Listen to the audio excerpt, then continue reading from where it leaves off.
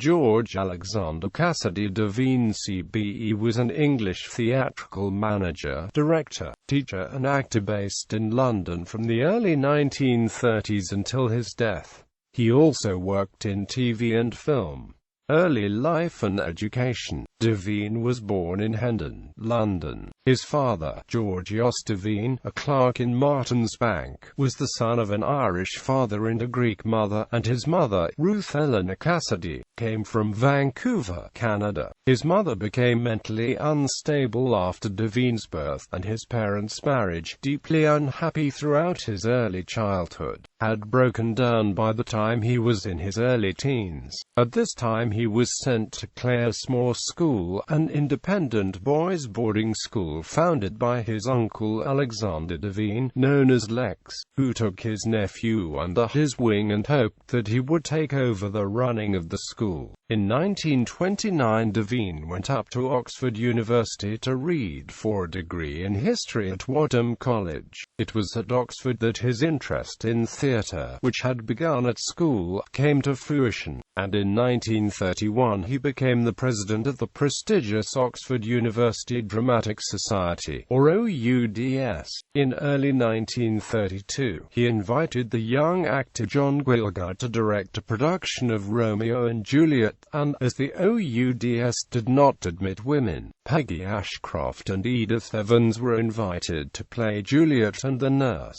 Gielgud insisted on having the costumes designed by Motley, a newly formed theatre design team consisting of Sophie Harris, her sister Margaret Harris and Elizabeth Montgomery. The great success of the production encouraged Devine to abandon his degree before sitting his finals and to move to London to begin an acting career. He also worked for the Motleys as the business manager. Pre-war years. Although Devine managed to get a certain amount of work as an actor, both at the Old Vic and for John Gielgud, whose directing career had really taken off after the OUDS Romeo and Juliet, he was initially by no means a great success. Rather overweight, dark and foreign-looking, he did not fit the conventional stereotype, and tended to play relatively small character parts. Always interested in France and in French theatre, he suggested to Gielgud that they should invite the French director Michel Saint-Denis to come to London in 1935 to direct a London version of his successful production of André Abe's Ennui Acute.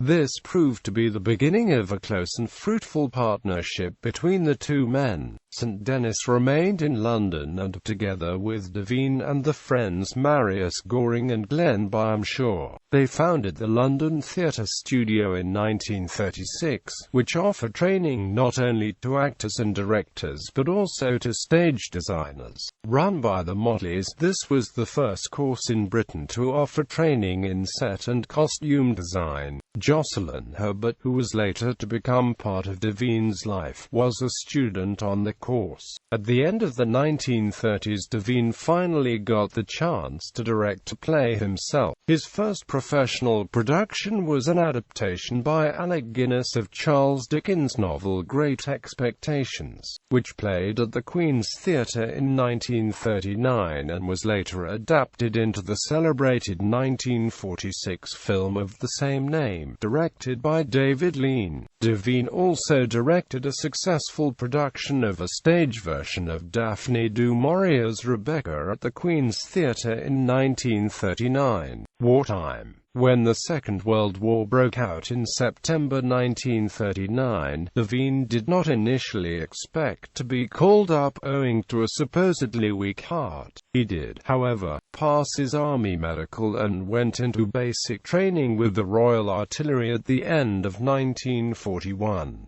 After a period of relative inactivity in India, he was transferred to Burma, where he spent the final part of the war engaged in jungle warfare. Post-war years and Old Vic Theatre School. Devine returned to England in 1946, and in September of that year appeared as George Antrobus in Laurence Olivier's production of Thornton Wilder's The Skin of Our Teeth, also starring Vivien Leigh at the Piccadilly Theatre in London. Soon afterwards, together with St Denis and Byam Shaw, and under the auspices of the Old Vic, he opened the Old Vic Theatre School in Thurlow Park Road, Dulwich, London, to continue the training courses begun at the London Theatre Studio before the war. At the same time he formed the Young Vic Theatre Company, which was intended to bring theatre to young people. The school ran successfully for several years, training actors such as Prunella Scales and Joan Plowright. In 1952 the three directors were forced to resign following a dispute with the Old Vic governors, and Devine embarked on a freelance career as a director and actor. Byam Shaw had moved to Stratford-upon-Avon to run the Shakespeare Memorial Theatre, and Devine directed several successful Shakespeare productions that are in the early 1950s, including a notorious version of King Lear, which starred John Gielgud and was designed by the experimental Japanese-American artist and sculptor Isamu Noguchi. He also directed several operas at Sadler's Wells Theatre in London, and appeared in several films.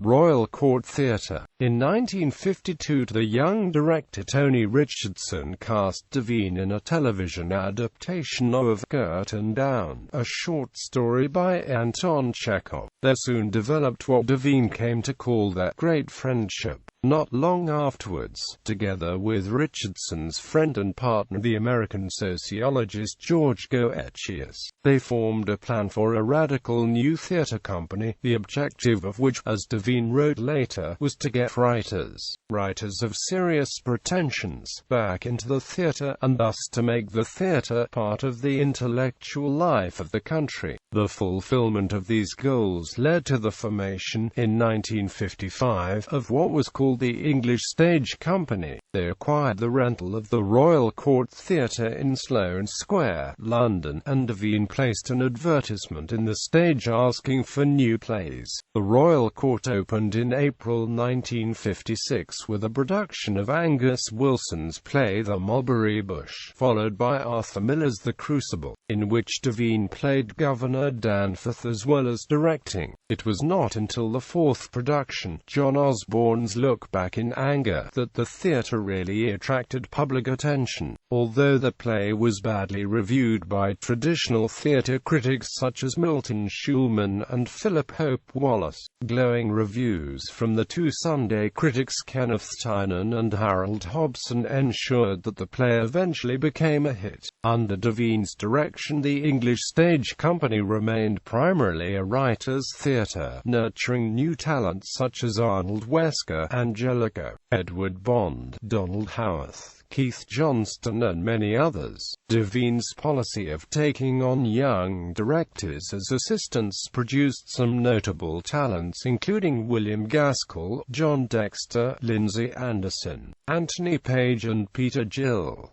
Devine was also interested in continental drama. He staged several plays by Eugene Ionesco, including a celebrated production of The Chairs, in which he appeared with Joan Plowright. He also greatly admired Samuel Beckett, several of whose plays were produced at the Royal Court, including Endgame, in which Devine played Ham. Several more of John Osborne's plays were staged at the Royal Court, and George Devine was appearing in one, the transvestite drama A Patriot for Me, when he suffered a second heart attack, followed soon afterwards by a stroke that eventually led to his death at the age of 55. He had begun to draft an autobiography, which included these words: "I was not strictly after a popular theatre a la Joan Littlewood, Roger Plankin, but a theatre that would be part of the intellectual life of the country.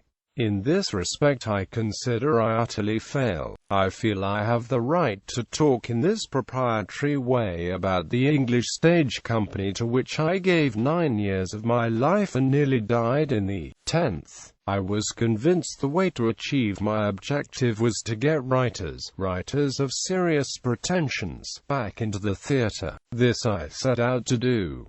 I wanted to change the attitude of the public towards the theatre. All I did was to change the attitude of the theatre towards the public. Personal life. Following the meeting in 1932, Devine and Sophie Harris formed a relationship, and he moved in with her in London after he left Oxford. They married in October 1939, and a daughter Harriet was born in September 1942, after Devine had embarked for India. The marriage ended in the late 1950s, when Devine began living with Jocelyn Herbert, with whom he remained until his death in January 1966. The George Devine Award for Most Promising Playwright is named in his honor. Selected filmography: The Silent Battle, The Car, The Beggar's Opera, The £1 Million Note, Time Without Pity, Look Back in Anger, Tom Jones.